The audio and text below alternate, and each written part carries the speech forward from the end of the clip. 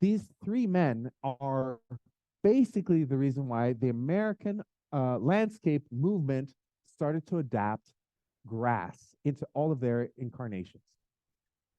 It's Andrew Jackson Downing, Frank J. Scott, and Frederick Law Olmstead. Who's heard of the first and the third? Yes, all of you practically. Who's heard of poor Frank J. Scott? Not one. Love it. I'll love it. I'll tell you why. Now, these three were prolific writers. Andrew Downing and Frederick Olmstead, possibly the most famous landscape architect of the country. They're known as the grandfathers, I should say, of American landscaping. But Frank J. Scott also holds a crucial role because Andrew Jackson Downing was writing very high-minded styles.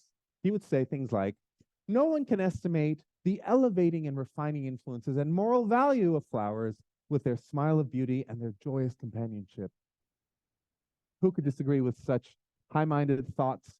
But it was Frank J. Scott that brought this kind of speak into the American vernacular of landscape architecture.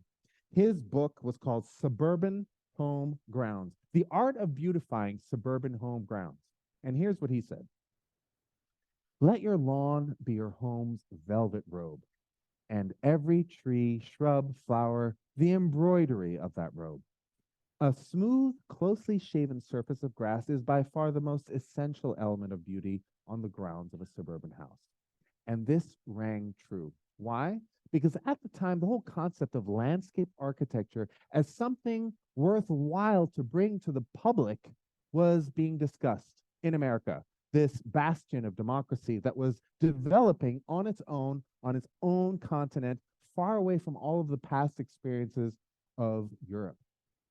So, what does democratized landscaping mean? Well, here's Frederick Law Olmsted's version of it. The lungs of a city that was just being designed at the time. Who recognizes this? Central Park. Exactly. This is looking south. You can imagine the same rendering looking north. What would you see?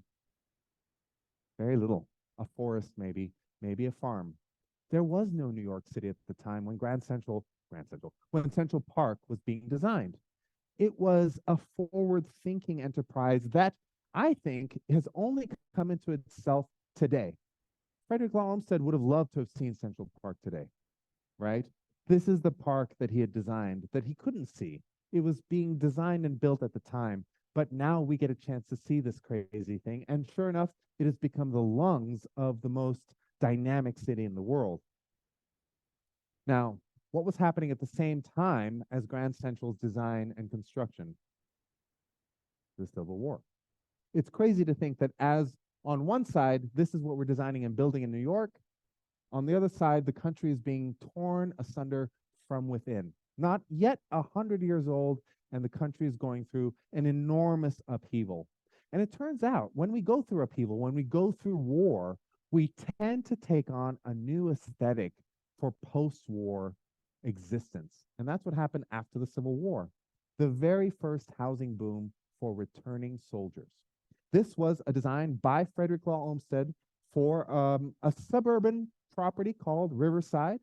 And it came for the very first time with your own piece of land that came with lawn, and it came with a certain responsibility that you had to give the society that you were living within, right? This is part of democracy. You don't just live in it, you have to be an active member of it. You have to go out and do the work, whether that means voting, whether that means being a knowledgeable voter, or whether that means going out to your front yard and mowing that thing down because that's what you've been asked to do as a productive member of the society that you think you are a member of. All of this is new kinds of thinking. You have to remember, this is the country where all of this was being decided on an experimental level, not just by homeowners, but by the people writing about landscape architecture, like Frederick Law Olmstead. The soldiers coming back from the Civil War were not able to recognize the cities that were coming back to. Why? Because America, over the 4 years of the Civil War, had gone from an agrarian society to an industrialized one. The Industrial Revolution is about to explode worldwide, And America is ready to take on that responsibility of being the most developed nation in the world, but we're not there yet. So, end of the Civil War, soldiers are coming home. This is Pittsburgh, by the way, steel capital. They're not recognizing what they're coming home to. This doesn't seem like a peaceful place. And so instead, we started building suburban properties for the very first time. The same thing happened after World War. This is Central Park, by the way. At the very end of the Civil War, the construction had begun. Crazy to think.